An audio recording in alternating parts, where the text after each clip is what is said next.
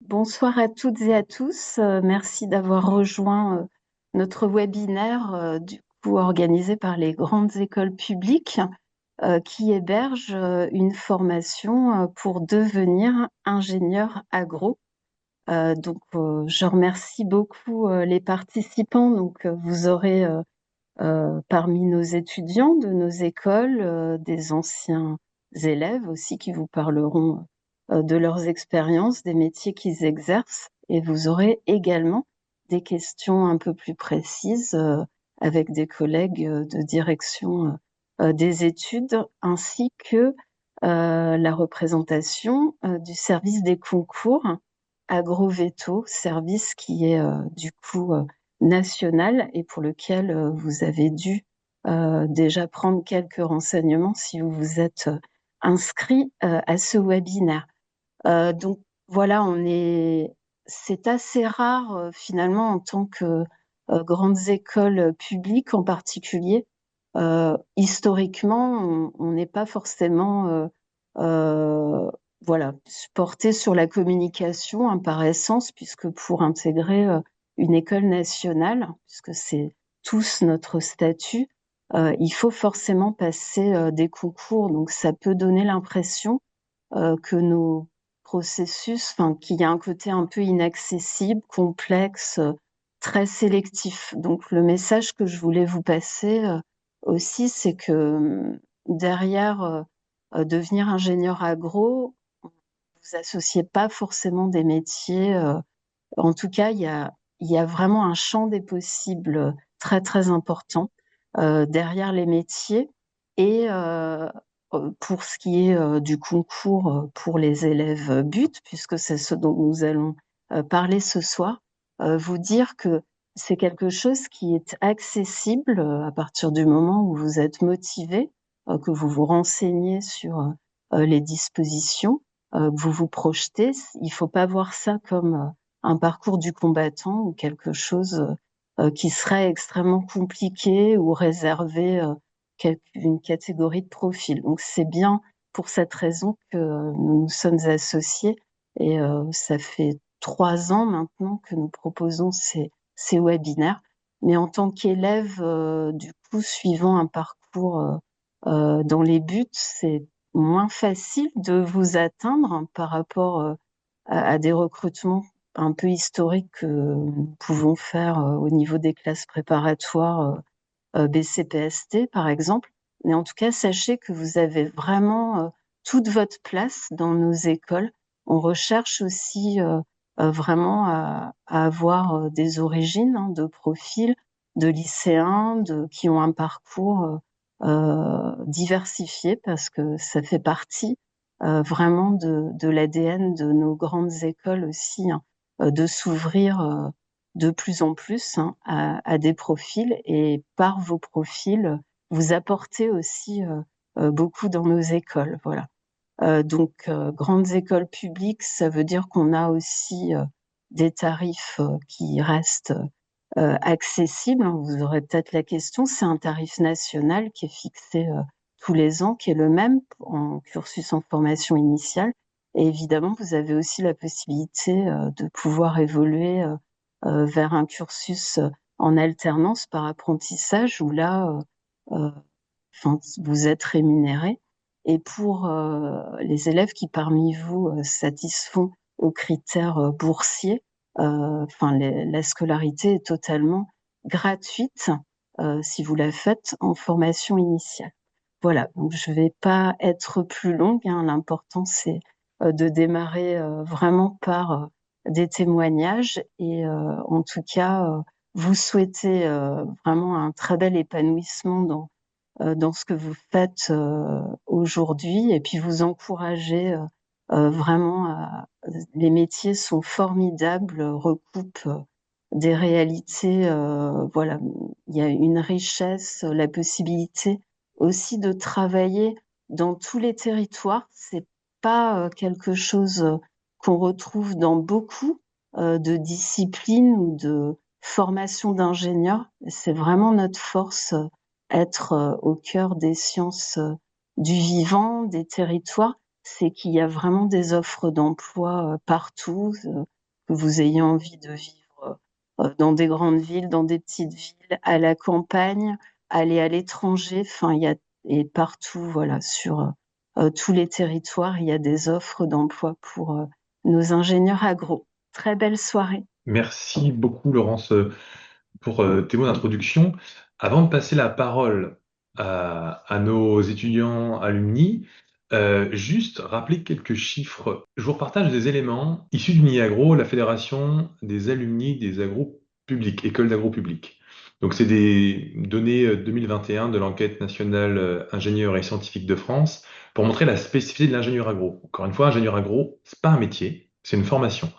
Et dites-vous qu'avec cette formation, vous pourrez intervenir, comme le disait Laurence, un peu où vous voulez. Et là, ce que vous avez en vert, c'est la spécialité de l'ingénieur agro versus les ingénieurs en général. Donc on voit bien sûr qu'on est une formation et des métiers où évoluent davantage les femmes, puisqu'on a la parité. On est plus engagé que les autres ingénieurs, on est plus présent en ONG ou pour le secteur public. Donc ça, c'est des éléments à prendre en considération. Globalement, les ingénieurs agro sont davantage aussi en situation de direction générale, 12% versus 8%, puisque l'ingénieur agro ayant une vision un peu systémique, il est appelé à occuper des fonctions qui visent à diriger des organisations. Euh, on est aussi un peu présent partout dans le monde avec des diversités par rapport et des différences par rapport aux autres ingénieurs classiques. Et ensuite, sur les secteurs d'activité, euh, j'en ai représenté 9 qui sont aussi des métiers en émergence. Euh, mais vous pourrez évoluer un peu où vous voulez, puisque aujourd'hui, tout ce qui touche au vivant est porteur de solutions, et on pourrait dire aussi que toutes les crises que nous traversons, elles sont liées au vivant. Donc tout en haut à gauche, vous avez le big data agricole, qu'on maintenant on a remarketé intelligence artificielle, mais dites-vous que vous avez énormément de données aujourd'hui que vous allez avoir en votre possession, et il va falloir trouver des solutions justement à partir des données que vous aurez récoltées. Euh, Au milieu, en haut, vous avez une coccinelle qui mange des pucerons, et c'est parce que c'est le grand retour de l'agronomie. Aujourd'hui, les facteurs naturels de production sont redevenus au centre du jeu. Donc, comment on recrée des écosystèmes et des équilibres au niveau des systèmes d'exploitation? En haut à droite, une agriculture familiale, puisque c'est une photo prise au Pérou, où quand même la majorité de l'agriculture dans le monde n'est pas mécanisée. Et donc, il y a un vrai travail aussi des agros pour accompagner toutes les agricultures du monde. Juste en dessous, vous voyez un beau ver de terre, puisque c'est aussi le sol. Aujourd'hui, le sol est considéré non plus comme un substrat, mais bien comme quelque chose de vivant. Et c'est bien les ingénieurs agro qui vont permettre de prendre soin du sol. Ensuite, juste à gauche, vous avez un jardin. On redécouvre l'acte de produire dans les jardins partagés en ville. Et on redécouvre aussi que les légumes donnent l'été au moment où il faut les récolter quand tout le monde est parti en vacances. Donc comment fait-on pour les transformer? Donc toute l'importance de l'agroalimentaire, l'alimentation, avec la photo juste en dessous aussi, avec une table puisqu'on mange 3 fois par jour. Juste à côté, la boîte de pétri, évidemment, parce que la génétique, c'est quelque chose aussi que vous pourrez adresser dans vos formations et ensuite au domaine d'approfondissement en spécialisation dans les écoles d'agro.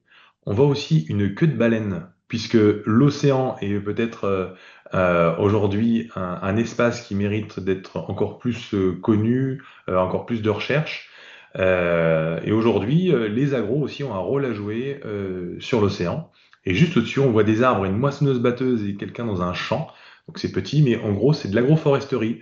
Ça rejoint un peu ce retour de l'agronomie. C'est comment aujourd'hui on recrée des systèmes résilients, robustes, et on a besoin d'ingénieurs agro pour reconceptualiser tous ces éléments. Donc voilà, c'était pour vous contextualiser un peu aujourd'hui ce que peut être l'ingénieur agro et où il peut intervenir. On va commencer pour rentrer dans le vif du sujet tout de suite avec Malouena. Première question, est-ce que tu peux nous dire quel statut tu as aujourd'hui? Est-ce que tu es apprenti ou étudiante? Dans quelle école tu es et en quelle année? Mais aujourd'hui, je suis à Bordeaux Sciences Agro, donc en troisième année, en statut étudiant. Mais la spécialisation que je suis, elle peut aussi se faire en apprentissage. Donc, j'ai une spécialisation qui s'appelle Apteria. Donc, on travaille à l'échelle du territoire, agriculture de proximité. Et ça consiste surtout à travailler sur à concilier des conflits d'usage, par exemple, ou mais toujours à l'échelle des territoires. Donc ça veut dire parler avec plein d'acteurs et pas forcément qu'agricoles. Et alors, pourquoi tu as voulu devenir ingénieur agro? Alors au début, je voulais pas être ingé agro parce que j'avais une image erronée de l'ingé agro qui est celle des ingés d'il y a 20 ans, qui avait une formation il y a un itinéraire technique du maïs pour toute la France. Je viens comme le bon sachant sur la ferme et je viens imposer ça. Non, aujourd'hui, c'est plus du tout ça, et tant mieux. On est plutôt à être des acteurs de mise en relation, de dialogue, de essayer de justement concilier différentes visions d'un même problème. On est plus sur travailler à la coopération, la concertation. Vraiment, ça, c'est un mot que j'apprends à manier tous les jours. Comment savoir faire à plusieurs quand on n'a pas tous les mêmes intérêts. Et c'est d'autant plus important aujourd'hui sur des questions par exemple, on voit les questions d'usage de l'eau, les biens communs, comment on les partage. Voilà, c'est un exemple de sujet qu'on peut traiter en étant un agro. Ok. Et aujourd'hui, est-ce que tu sais déjà à quoi tu te destines? Qu'est-ce que tu as envie de faire l'année prochaine? Est-ce que tu as déjà une petite idée du secteur dans lequel tu veux évoluer après, ta spé? C'est vrai que ça, c'est une grande question de se dire, bon, bah, septembre prochain, j'ai ma soutenance, mais après, qu'est-ce que je fais? Une des premières questions que je me pose, c'est déjà dans quel territoire je me projette, parce que c'est vrai qu'il y a un métier, mais il y a aussi une vie à côté. Et c'est très intéressant de se poser cette question-là, parce qu'on se rend compte que finalement, c'est assez intriqué. Moi, je viens du milieu rural, donc du Finistère, mais je m'intéresse aussi au milieu montagnard. Donc, ça veut dire aller voir la diversité de territoires qu'il y a ailleurs. Et donc, je me destine particulièrement à travailler dans les parcs naturels régionaux, où là, la question de l'agriculture conciliée avec des questions environnementales est très prégnante. Voilà, donc c'est Et, surtout ces domaines-là qui m'intéressent. et c'est une photo du Finistère que tu partages là, du coup? Exactement, voilà, ça D'accord. c'était la joie de retrouver le granit breton. Mais c'est vrai que cette joie-là de découvrir les territoires, je l'emporte un peu partout dans mon sac à dos. Et je pense que ça, c'est aussi une compétence de l'ingénieur que, autant que savoir dialoguer avec plein d'acteurs différents, c'est savoir être ouvert aussi à la diversité, qu'elle soit culturelle, qu'elle soit professionnelle, de savoir être à l'écoute des gens. Et donc, se montrer curieux, c'est vraiment une vraie force, je trouve, qui amène donc aussi derrière une polyvalence au niveau professionnel. Ça, c'est quelque chose qui m'a vraiment attiré dans la formation d'ingénieur agronome, la polyvalence. Et rétrospectivement, par rapport à celles et ceux qui nous écoutent, quelle info, astuce, conseil t'aurais voulu avoir pour avancer un peu plus rapidement dans tes choix, ou en tout cas aujourd'hui, qu'est-ce que tu aimerais partager comme information avec tous les étudiants en BUT qui nous écoutent? Moi, j'ai manqué un peu de visibilité sur qu'est-ce que le métier d'ingénieur agronome. Justement, il y a beaucoup d'a priori. Finalement, ils sont assez invisibles dans le paysage de la société de tous les jours. Déjà, quand je dis que je serai ingénieur agronome, les gens ils comprennent à Grenoble. Donc déjà, même dans le langage courant, je pense que je suis pas la première à qui ça arrive. C'est aussi essayer de voir justement la diversité. Tant qu'on n'a pas vu concrètement, on peut faire tel métier, en fait, c'est une étiquette où l'étiquette, c'est pas un métier, comme on disait tout à l'heure. Donc, je pense que c'est ce qui m'a manqué, c'est peut-être des repères de justement à quel point c'est vaste. Mais bon, on n'a jamais assez de temps pour découvrir à quel point c'est vaste. Disons que souvent, on nous présente des domaines. Par exemple, là, à Bordeaux, on a foresterie, on a gestion des ressources, on a le numérique, on a aussi agroalimentaire, on a différentes choses. Et donc, c'est très axé par domaine. Et moi, ce qui m'a poussé à faire ingénieur agronome, c'est justement, c'est bien les stages à la ferme, etc., parce que j'étais en IUT en agronomie auparavant, mais je voulais aller plus loin et questionner le pourquoi on fait les choses et pas rester juste à cette échelle-là. Je voulais aller à une échelle plus large, mais pas forcément en me spécialisant dans un domaine particulier. Et c'est là la spécificité pardon, du territoire, c'est qu'en fait, pour moi, c'est plutôt un cadre dans lequel on met un peu tout ce qu'on veut. On peut questionner la forêt de façon territoriale, on peut questionner la gestion de l'eau avec l'agence de l'eau, etc., de façon territoriale, on peut questionner l'aménagement du territoire, l'urbanisme, on n'est même pas obligé de rester dans de l'agronomie derrière, c'est vraiment très ouvert.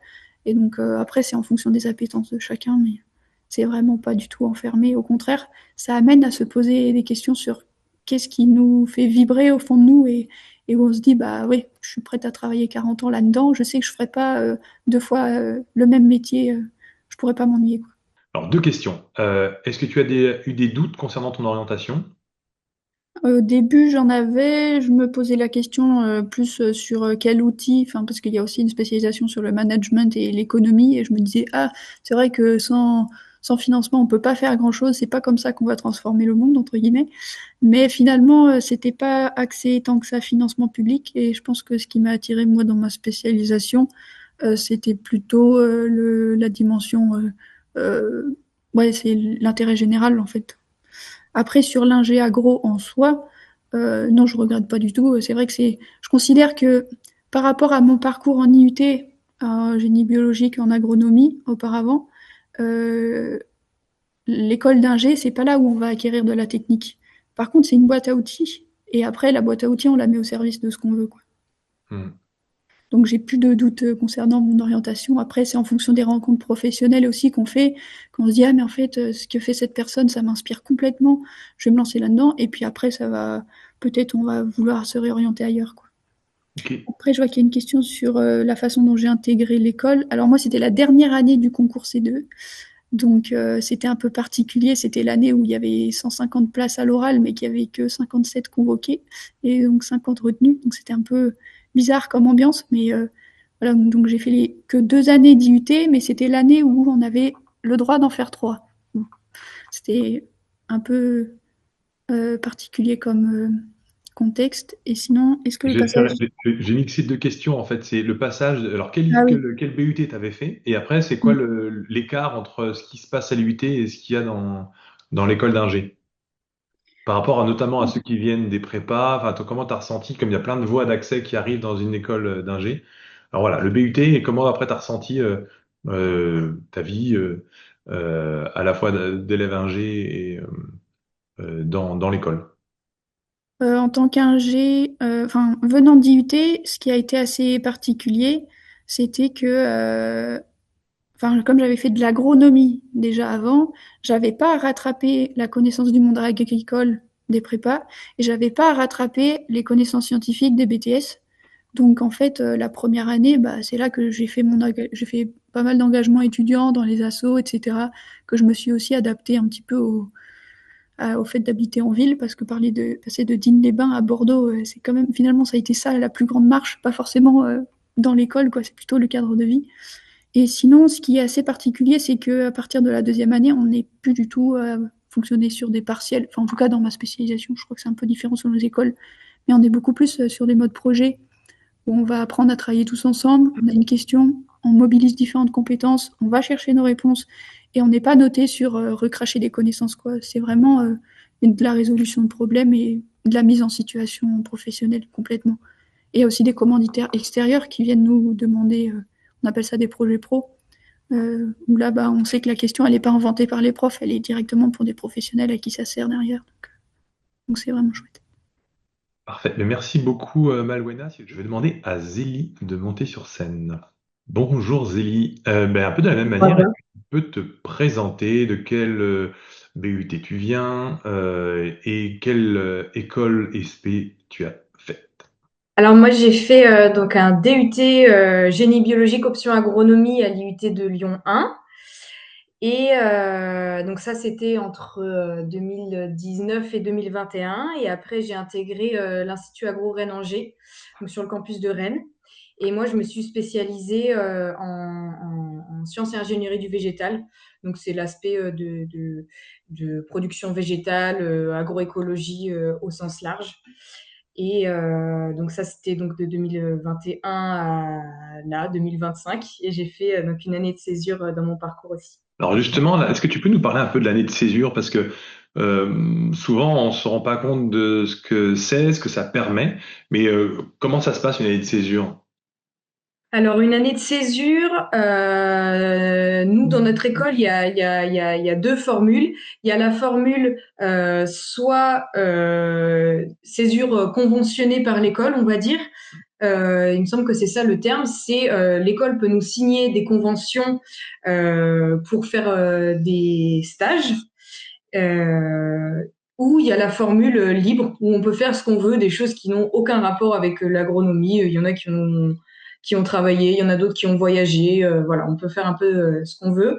Moi, j'ai fait la formule stage. J'avais envie d'avoir des expériences professionnelles, d'explorer un peu différents métiers sur différents territoires.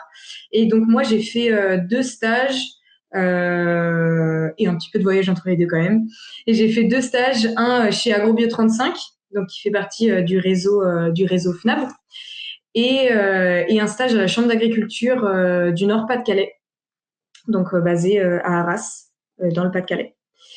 Donc voilà, et sur différentes thématiques, et c'était vraiment une expérience incroyable dans mon parcours. Ça m'a vraiment permis d'avoir plein de nouvelles compétences, de mettre en application des connaissances et des compétences que j'ai pu avoir à l'école, mais aussi d'aller explorer un peu d'autres choses. C'est vraiment une expérience super et qui m'a permis de rencontrer aussi beaucoup d'agriculteurs, d'explorer beaucoup de systèmes de production, de petits mondes que sont chaque ferme. Donc voilà. Et c'est un plus aussi, en vrai, pour le CV derrière aussi, pour trouver des stages, son stage de fin d'études, ça aide pas mal aussi. Et là, pourquoi tu as choisi cette photo? Alors, je sais que du coup, tu as un peu changé de mission au niveau d'Agrobio Périgord. Là, est-ce que tu peux nous commenter cette photo et nous dire ce que tu fais aujourd'hui? Ouais. Alors ça, c'est une photo de mon stage de fin d'études où j'accompagnais donc moi je travaillais sur ce qui était plutôt fertilité des sols, compostage de biodéchets, etc. Et j'ai choisi cette photo parce que ça illustre vraiment moi ma vision, enfin ce que je veux incarner en tant qu'ingénieur agronome, c'est-à-dire quelqu'un qui fait du lien entre les différents acteurs du territoire, les différents agriculteurs, s'apporter des choses les uns les autres, apporter des clés d'observation. Là, en l'occurrence, c'était un diagnostic de systémique des sols, de fertilité des sols, des systèmes de culture qu'on faisait chez les agriculteurs. On voit un peu toutes les générations. Il y avait le fils d'un des agriculteurs qui était là. Et c'est aussi des moments où les agriculteurs échangent entre eux de leurs pratiques de « Ah bah tiens, toi tu fais ça comme ça, moi je fais ça comme ça, etc. » C'est vraiment ce que j'apprécie beaucoup. Et donc là, c'est donc mon collègue là qui tient à la mode de terre, donc d'Agrobio Périgord, donc réseau FNAB, et l'autre collègue qui est à côté, elle travaille à la chambre d'agriculture. Et ça, je trouve ça chouette aussi dans cette photo de voir les différentes structures qui travaillent ensemble et de travailler ensemble à cette mission commune d'intérêt public qui est l'agriculture. Voilà. D'accord. Et par rapport à ton parcours après en IUT, en BUT, après, qu'est-ce qui était le déclic pour après t'engager sur les formations AG Agro?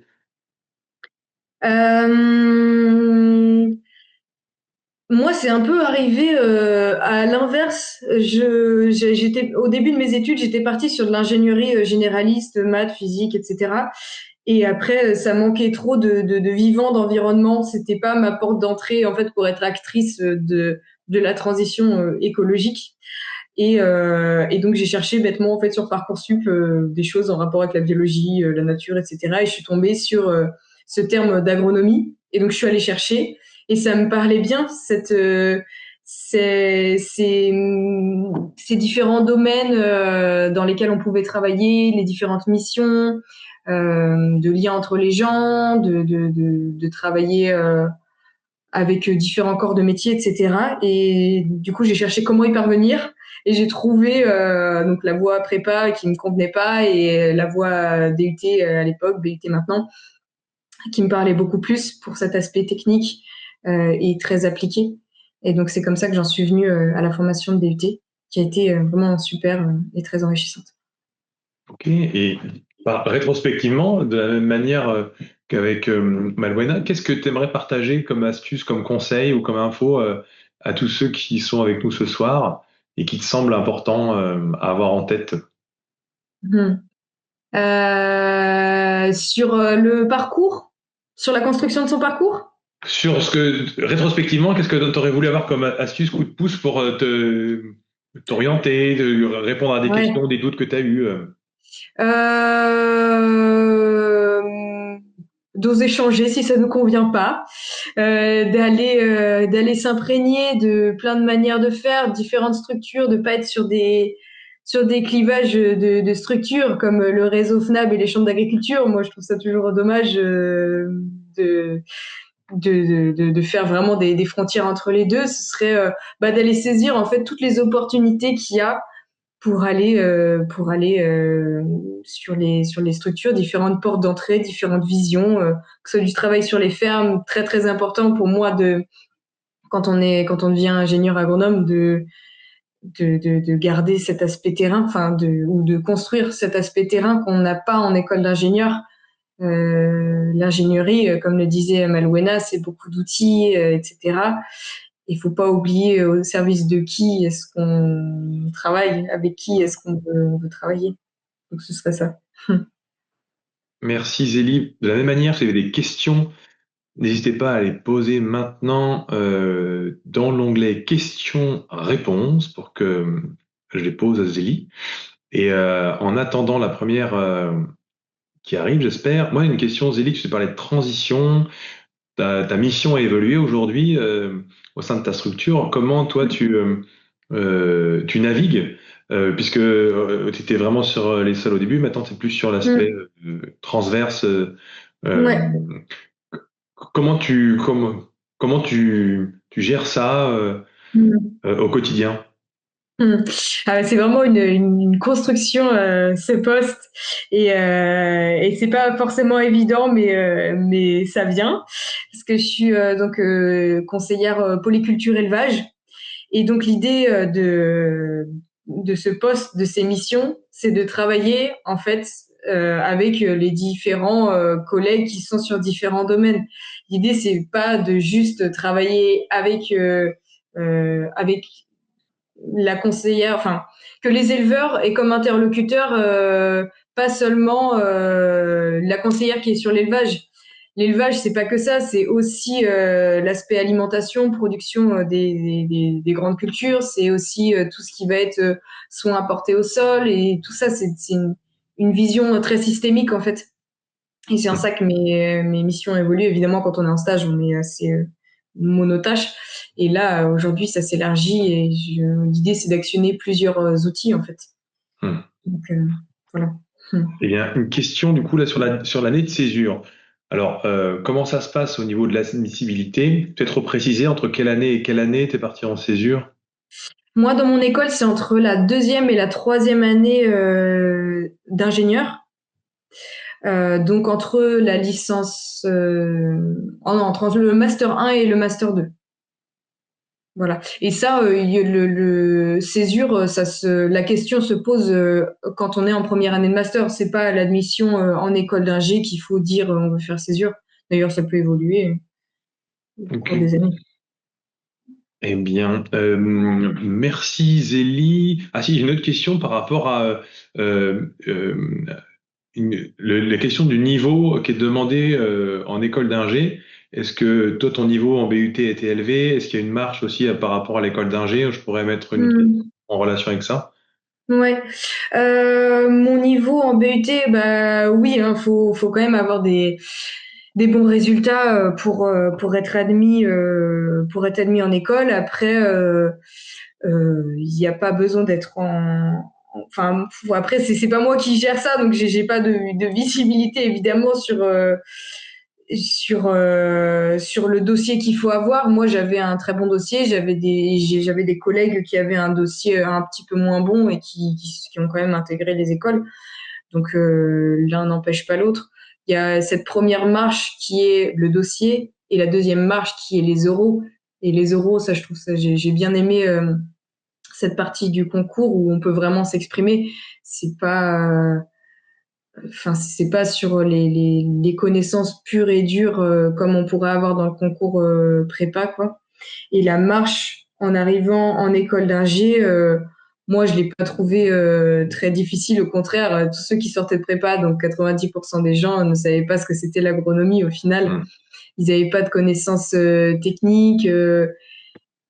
Donc non, je me suis même un peu ennuyée moi en première année Hmm. sur le contenu de la formation. Eh bien, merci Zélie. Et je vais demander maintenant à Nicolas de monter sur scène et de m'expliquer cette photo. Quel IUT, BUT t'as fait, quelle école t'as Ouais. fait, quel spé et qu'est-ce que tu fais aujourd'hui? Alors, excusez-moi, j'ai envoyé cette photo alors que j'avais faim. Donc, je m'en excuse. Non, alors, je m'appelle Nicolas Kahn. Je suis chargé de mission à Chambre d'agriculture France sur la PAC. Donc, la PAC, pour ceux qui ne connaissent pas, si vous l'avez toujours pas vu en DUT, en BUT, pardon, c'était une autre époque, c'est la politique agricole commune. Donc, c'est l'ensemble des aides, des financements européens qui vont venir soutenir le secteur agricole. Généralement, on parle du domaine qui va aller de la fourche à la fourchette, puisqu'il y a aussi toutes les activités agroalimentaires qui peuvent être aussi subventionnées par ces différentes aides. Alors moi, j'ai fait un DUT à l'époque, donc c'était génie biologique à l'IUT Nancy-Brabois, où j'ai effectué donc la première année en agronomie, la deuxième également, et j'ai fait une année en alternance, la deuxième année, où j'ai participé à un projet de maturation où il fallait sélectionner des doses de bactéries biofertilisantes afin de pouvoir ensuite les sélectionner et les mettre sur le marché. Alors pourquoi j'ai choisi cette photo? Vous allez vite comprendre, il s'agit en fait d'une mitraillette. Enfin, ici il n'y a pas le pain. C'est un plat, c'est un plat belge, typiquement, tous les Belges en mangent. C'est des frites avec une saucisse assez particulière. Je vous dirai pas la recette, vous pouvez la voir, enfin en entendre parler sur le film Dickeneck. Et donc en fait, c'est le repas que j'ai l'habitude de manger entre le midi, voilà, sur un de mes grands champs de mission. Puisque j'ai trois casquettes, je suis tout d'abord, je fais de l'influence. J'ai l'habitude de travailler avec les partenaires institutionnels en France, typiquement le ministère de l'Agriculture et ses équivalents, comme le ministère de la Transition agroécologique. Et je vais souvent à la Commission européenne et dans des institutions assez semblables pour porter un agenda politique, puisque les chambres d'agriculture, c'est avant tout des établissements où vous allez avoir assez particuliers, où en fait mes employeurs sont des élus, des agriculteurs qui ont porté un programme politique. Et donc, dans ce champ de mission, je travaille à mettre en avant cet agenda, à négocier certains points issus des politiques publiques. Et donc, j'ai l'habitude avec mes homologues européens, voilà, le midi de manger pour 4 euros une grande frite avec de la mayo et parfois une fricadelle. Et les deux autres pans, ça va être de faire de l'appui réglementaire, puisque en chambre, du moment où je travaille à Paris, je travaille pour un ensemble d'établissements, on est 100 établissements, avec des conseillers qui vont aussi travailler sur la PAC pour accompagner les agriculteurs dans leurs projets, pour obtenir des aides, pour que leur exploitation puisse être viable et enclencher des projets de transition. Et donc moi, je vais tout simplement les appuyer en faisant de l'appui réglementaire. Et à côté de ça, donc je suis animateur aussi.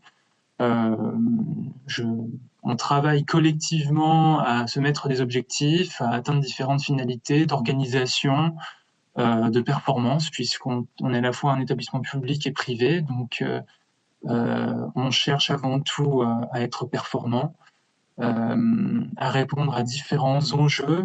Typiquement en 2024, il y a eu ce qu'on appelait les mobilisations agricoles, où il y a beaucoup d'agriculteurs qui ont voulu, de grands mouvements qui ont voulu mettre en place davantage de simplification, qui est moins de lourdeur administrative. Et donc nous, de notre côté, en tant que réseau et en tant qu'animateur, ben, on a travaillé à faire une synthèse de ces différentes revendications, à les porter au niveau national et, euh, et à s'adapter en fonction des changements qui ont pu découler de ces différents changements. Je suis peut-être allé un peu trop loin par rapport à la question de départ, mais Non, en partant d'une fricadelle, non, c'est très bien. tout à fait. Moi, la question que je me pose aussi, Nicolas, c'est par rapport à ton parcours en IUT, qu'est-ce qui t'a fait à un moment, tu dis, allez, ingénieur agro, ou c'était déjà comment ça s'est fait, pareil, ce choix? Bah, ça a été un peu un déclic. Alors jusqu'à ma première année, donc je viens des Vosges, j'ai l'habitude de vivre dans des grands espaces, avoir la nature sous toutes ses formes, et donc tout de suite, je savais que je voulais travailler dans le secteur de la biologie et de l'agriculture. Euh, mais je crois en fait que le DUT, ça m'a permis d'avoir un nouveau regard, puisque on fait beaucoup de terrain, il y a beaucoup d'intervenants, et on est vite en milieu professionnel. On a un très grand lien avec le milieu professionnel. Bon, DUT, BUT, évidemment. Encore aujourd'hui, j'imagine que c'est la même chose.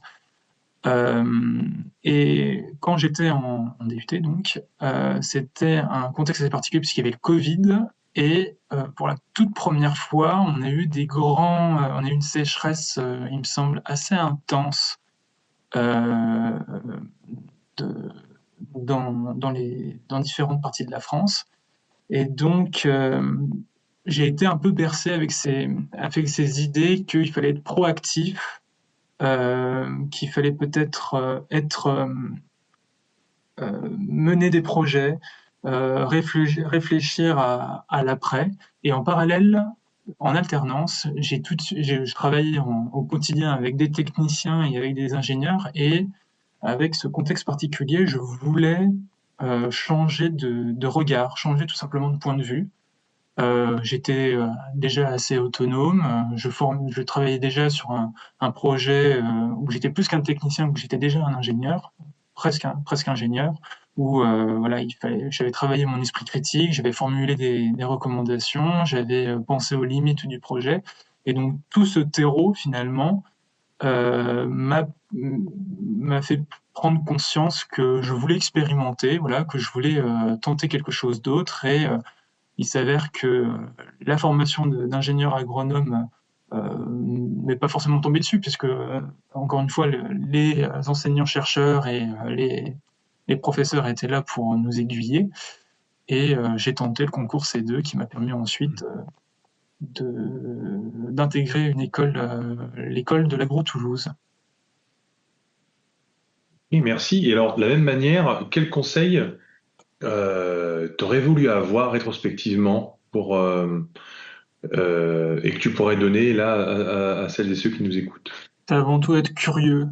Et je rejoins en fait les propos de Malwena qui ont été de dire que malheureusement, malgré évidemment les bonnes pratiques et l'envie de nos professeurs de nous aider, il y a peu de visibilité quand même sur les formations, parfois. Enfin, je veux dire, il y a beaucoup d'écoles.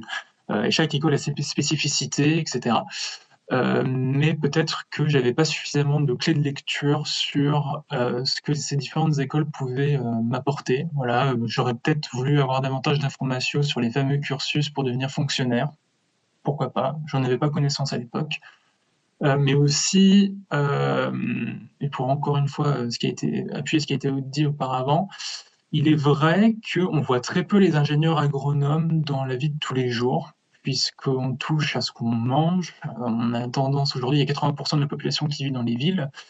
Euh, voilà, avant tout, l'ingénieur agronome, il est là pour conseiller et appuyer des initiatives, tout ce qui arrive dans le secteur agricole, mais en amont de l'agriculture. Donc ça, peut-être que j'ai pas eu l'occasion de creuser davantage. Et donc, j'aurais voulu euh, avoir davantage de liens avec des personnes qui étaient ingénieurs agronomes pour comprendre un petit peu leur parcours, les décisions qui ont pu les aider à, à comprendre ce qu'ils sont devenus aujourd'hui. Euh, voilà, essentiellement, je pense, Ok. sur cet aspect-là. Et rester curieux, c'est un beau conseil, je trouve. En tout cas, merci Nicolas. Je vais demander à Chloé de monter sur scène. Première question, un peu comme aux autres participantes et participants. Par quelle IUT tu es passé? Ensuite, quelle école et quelle spé tu as faite et où est-ce que tu es aujourd'hui? Du coup, moi aussi, j'ai fait le DUT génie agro à Nancy. Et après, j'ai fait VET AgroSup, donc l'école de Clermont. Et dernièrement, là, je travaillais en chambre d'agriculture régionale, du coup, du Grand Est. Et bon, aujourd'hui, je suis en Nouvelle-Zélande, mais ça, c'est vraiment c'est pas par rapport à ma carrière d'ingénieur agronome, du coup. D'accord. Et là, mais par rapport à ton parcours, le fait d'être en Nouvelle-Zélande, c'est pour de chercher de nouvelles opportunités ou simplement pour voyager? Non, du coup, c'est plus pour ouais, bah, découvrir de nouvelles choses et de nouvelles façons de... Enfin, des choses différentes, quoi. Changer un peu de mon quotidien. Mais du coup, ça correspond... Enfin, pour faire un peu le lien, du coup, avec mon parcours d'ingénieur agronome, c'est aussi ça qui m'avait poussé à être ingénieur agronome, c'est cette envie de comprendre le monde qui m'entoure et de pouvoir être actrice aussi. Ouais, c'est plutôt... Enfin, à un moment, je sais plus si c'est Malouena qui l'a dit, mais être actrice de la transition, en fait, de vouloir changer un peu les choses aussi qui vont pas dans notre monde. Ça fait un peu bateau, mais c'était un peu ce qui m'avait motivé du coup.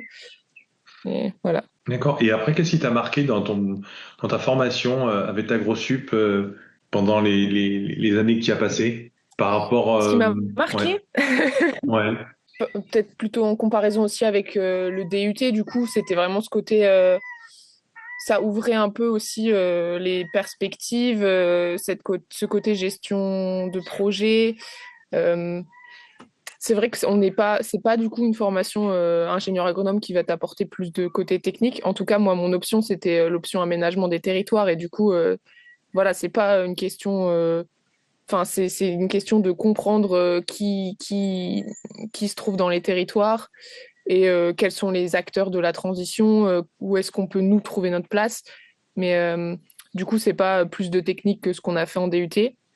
ouais, Ouais, et c'est après dur comme question. Qu'est-ce qui m'a oui, marqué? c'est dur, mais après dans le cheminement, parce que là J'avais pas préparé. tu parlais du parcours par rapport au stage que tu as fait, finalement, ça ne t'a pas enfermé, c'était simplement après, voilà, pour relater les Mm. différents choix que tu as pu faire. Comment toi tu te retrouves finalement, c'est là où c'est intéressant. Bah, en Nouvelle-Zélande, tu restes très libre finalement, mais après avoir fait une école d'agro, quoi. Oui, c'est sûr, ça laisse. En fait, une fois qu'on arrive dans le monde professionnel, on est quand même vachement ouvert sur plein de possibilités. Des fois, c'est ce qui peut être un peu déroutant parce que bah, ça demande de savoir qu'est-ce qu'on veut. Et à un moment, il y avait une question dans le chat sur justement, est-ce qu'on doute de notre orientation? Moi, je doute pas du fait d'être ingénieur agronome. Ça, même durant la formation, j'en étais très contente, mais c'est plus après, une fois qu'on est en poste, on doute, enfin, en tout cas, moi, je doutais toujours et j'ai plein d'amis où c'est le cas aussi, est-ce que c'est vraiment ça que je veux? Qu'est-ce que je veux? Et en fait, au fur et à mesure, on apprend aussi qu'est-ce qu'on aime ou pas. Et là, par exemple, avec mon dernier boulot, moi, c'était juste trop de bureau, alors que c'était très intéressant, hein. Du coup, je travaillais en fait, je faisais de la gestion de projet et c'était un projet où justement j'apprenais beaucoup puisqu'il y avait plein de thématiques.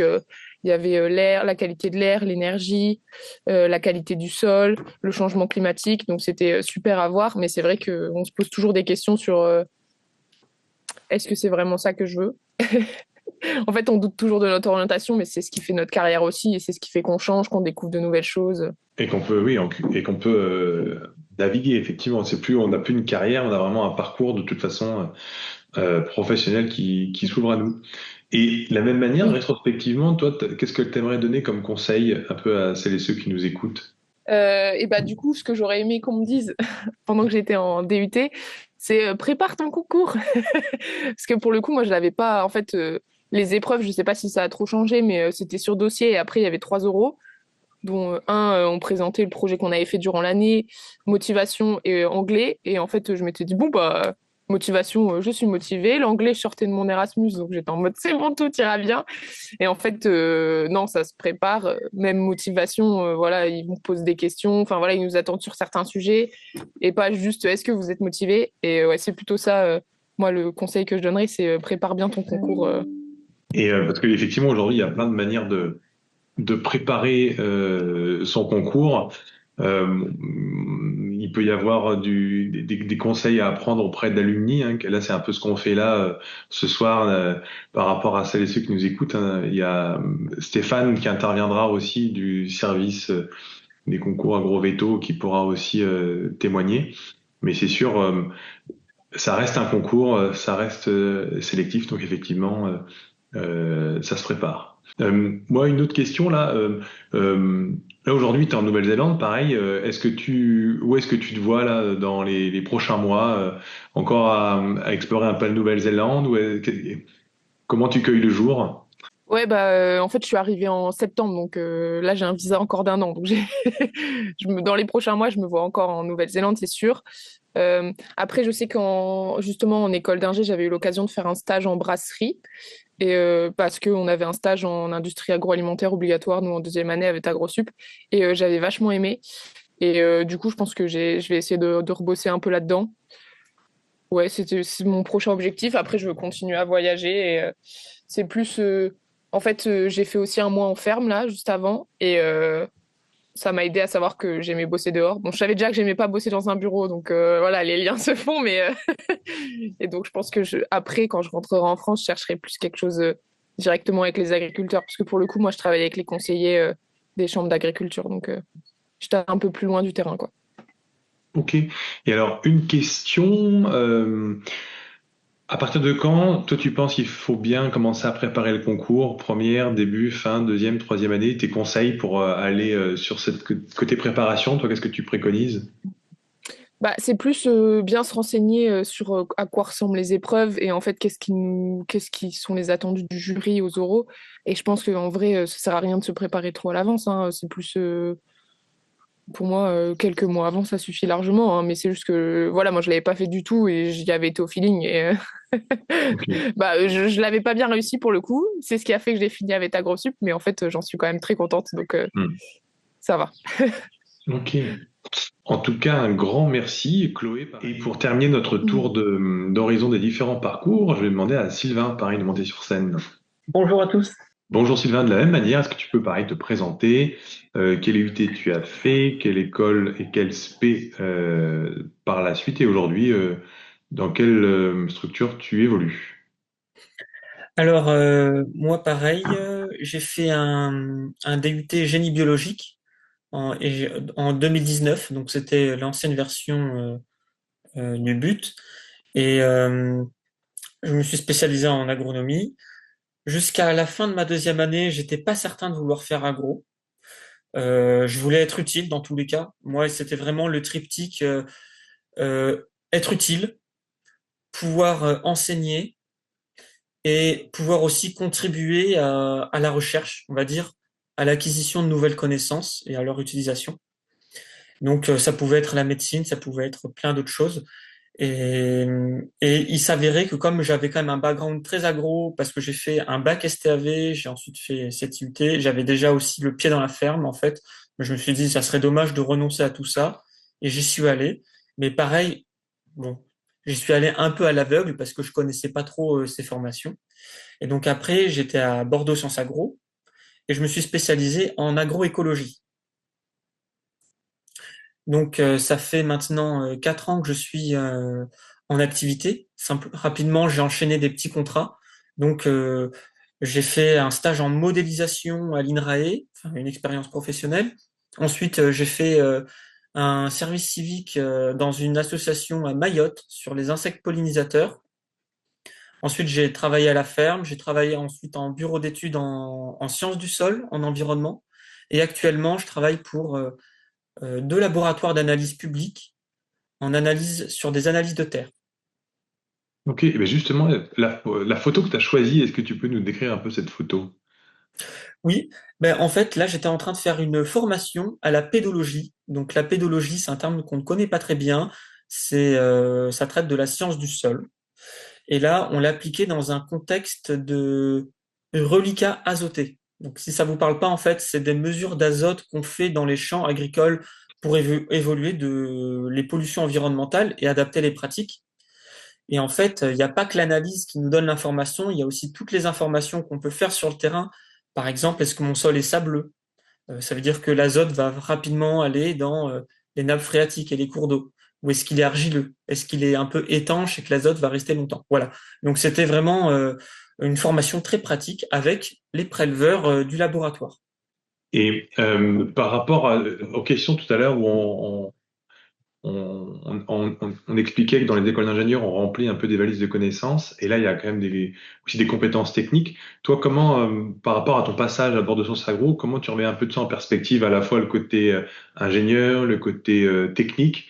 Est-ce que c'est aussi par les stages que tu as pu choisir que tu es monté aussi en compétences techniques? Comment, par rapport à ton passage, voilà, IUT, puis école d'ingé, puis après dans ce que tu évolues, comment tu remets un peu de ça en perspective? Oui, en fait, moi, la technique, je l'ai acquérie assez tôt, dès le bac STAV. Et je l'ai construite progressivement. Et l'IUT m'en a donné énormément. Et en arrivant en école d'agronomie, en fait, je sentais vraiment que la technique que j'avais acquise portait les groupes d'étudiants dans lesquels je pouvais travailler. Et en fait, toutes les questions qui se posaient, j'avais déjà les premiers éléments de réponse, si ce n'est, enfin voilà. Donc en fait, on était vraiment des piliers dans les groupes de travaux. Et moi, quelque chose que j'adore, mais ça c'est personnel, mais c'est vraiment faire le lien entre ces connaissances scientifiques et les besoins terrain, quels qu'ils soient, et connecter les deux. Et ça passe souvent par la technique. Et, euh, et, et vraiment, il faut être curieux de tout. Parce que dans le métier que je fais aujourd'hui, je me rendais pas compte, par exemple, des évolutions ou des sujets sur lesquels j'allais devoir travailler et partir de zéro presque. Et en fait, cette curiosité, elle te prépare à déjà avoir des premiers éléments de réponse, voire même, j'en sais rien, repenser à contacter un enseignant qu'on avait eu, garder vos contacts de l'IUT de vos enseignants, parce que plus tard, peut-être, ils pourront vous aider, hein. Ça, c'est aussi un... Vous y êtes pas encore, mais ça peut être très pratique. Donc, garder des bonnes relations avec vos enseignants, vos camarades, ça, c'est précieux. Hmm. Et de la même manière, rétrospectivement, quel conseil ou quelle info t'aurais aimé avoir par rapport à ton parcours après dans une école d'ingé? Est-ce que c'était assez limpide pour toi la suite du BUT, le concours et après l'intégration? Oui, alors c'était pas, en fait, je me rendais pas compte que ces écoles d'agro c'était si bien, parce que l'IUT c'était très scolaire. Alors moi j'ai aimé la partie théorique, mais c'est vrai que c'était euh, contrôle sur table, etc. Voilà, c'était le modèle de la fac. Et l'IUT, et arrivé à l'école d'agro en fait c'était euh, on est là parce qu'on l'a choisi. On se retrouve avec des camarades qui partagent des convictions, des valeurs qui des fois sont différentes, des fois sont communes, mais on est tous là, on va dire, pour faire évoluer les choses. Et c'est du travail de groupe sur des projets appliqués, concrets, qui ont du sens. Euh, et plus on va avancer, en fait, et plus les projets sont de réelles contributions. Des fois, ça peut être, par exemple, des entreprises privées qui vont financer des étudiants pour travailler sur quelque chose. Donc, c'est des choses qui vont resservir, c'est pas un projet fictif. Et, euh, et moi, je me suis vraiment épanoui. Et derrière aussi l'aspect court, il y a l'aspect vraiment extrascolaire, qui sont les associations, les clubs. Moi, j'étais, pour vous dire, dans le club potager, dans le club gestion de l'élevage de moutons qu'il y avait sur, sur le campus. J'ai fait les musiciens, l'improvisation.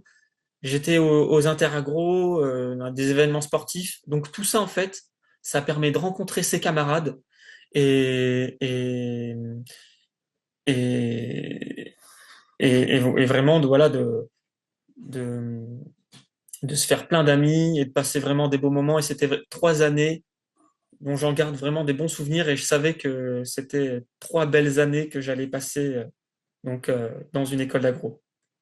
Ouais, c'est vraiment 3 ou 4 années sur le césure, des superbes années en école d'ingé. Oui, Je suis d'accord. Et alors, une question avant de passer la parole à Bénédicte sur en fait, tu as fait, comme tu disais, différents contrats à la sortie de l'école. Tu as été sur les insectes pollinisateurs, tu t'es retrouvé dans la pédologie. Et toi, comment ça peut être difficile de naviguer entre ces différents domaines et finalement, comment tu associes présence sur le terrain avec quand même le travail en labo ou l'élaboration de projets? Est-ce qu'il y en a un que tu préfères le plus ou qu'est-ce qui te manque le plus? en fait, ce qui est bien, c'est que toutes les disciplines peuvent se recouper. ou quasiment. Et ça dépend vraiment comment est-ce que, par exemple, à l'entretien d'embauche, on arrive à se vendre. C'est vrai que moi, j'ai fait de l'entomologie, ça n'avait rien à voir avec la science du sol. Donc l'entomologie, c'est vraiment l'étude des insectes. Euh, et voilà, en fait, il faut savoir le justifier. Et moi, mon projet de l'agroécologie, c'était simple, c'est-à-dire l'agroécologie, en fait, ce n'est pas une science, c'est plusieurs sciences. Et derrière, il y a l'environnement, il y a l'agronomie, il y a la biologie, tout ce qui va être insectes auxiliaires, parasites, etc. Et aussi le sol, qui a une place centrale, un peu de carrefour dans tout ça, parce que ça va être, en fait, si les sols sont pas dans des bons états de qualité, en fait, la plante peut pas se développer. Souvent, c'est délétère à la vie du sol. Donc c'est vraiment en fait toutes ces connaissances maintenant, je passe de l'une à l'autre un peu comme je veux et dans le transfert de ou l'application de protocoles, maintenant je suis un couteau suisse et c'est très pratique. Ok. Un grand merci, Sylvain. Alors, moi, une question sur la taille des promos, ça dépend hein, de 150, on va dire, pour les écoles comme Bordeaux, comme Toulouse, ou c'est 450 pour AgroParisTech. Et en gros, voilà les tailles de promos dans les différentes écoles d'agro. Encore un grand merci à tous les témoignages étudiants, alumni. Et effectivement, c'est hyper intéressant d'échanger maintenant sur, voilà, concrètement, au niveau des études, au niveau de la vie étudiante, comment ça se passe. Et là, Bénédicte, est-ce que tu peux nous en dire plus? Oui, bonjour à tous. Juste pour rebondir sur ce qui s'est dit précédemment, on a beaucoup entendu parler d'agronomie, mais il y a plusieurs spécialités dans les écoles. Et il y a l'agroalimentaire, il y a aussi l'horticulture et le paysage. Et donc, voilà, j'ai vu des questions sur la microbio, j'ai vu des questions qui pouvaient aussi être sur des domaines très variés. Ça a été dit dans plusieurs interventions. Le champ des possibles est très, très vaste dans les écoles d'agro et en formation, et puis ensuite dans les métiers possibles. Donc, chaque école agro a une direction de l'enseignement et de la vie étudiante. Le champ d'action, donc c'est l'interlocuteur administratif, on va dire, des étudiants et des enseignants. Et donc, le champ d'action de ces directions, c'est d'aller du recrutement jusqu'à l'insertion des étudiants, faire le suivi, donc du recrutement jusqu'à l'insertion des étudiants, et en passant par tout ce qui est accréditation des formations, puisque les formations sont accréditées par la commission des titres ingénieurs, en fonction de compétences attendues. Donc ce travail-là aussi, c'est dans les DEV que ça se passe. Et puis, on suit aussi la vie étudiante. Donc, la formation, elle est construite, et on organise ça aussi, elle est construite avec les professionnels. Il y a dans chaque école un conseil de perfectionnement, des conseils de perfectionnement qui permettent d'ajuster la formation en fonction des besoins de la profession. C'est ce qui fait que les formations évoluent. Et donc, les concours évoluent, mais les formations aussi, les cursus. Et il y a une diversité de propositions entre les écoles, à la fois sur les spécialités, spécialisations, mais aussi sur les modalités de mise en œuvre, même si les grandes modalités, la conduite de projet, ça se retrouve partout, les stages, ce qui peut varier, ce sont les dates de ces stages, la durée de ces stages. Et il y avait des questions dans le chat sur ces points-là. La meilleure information, elle se trouve sur le site des écoles, puisque les cursus sont décrits.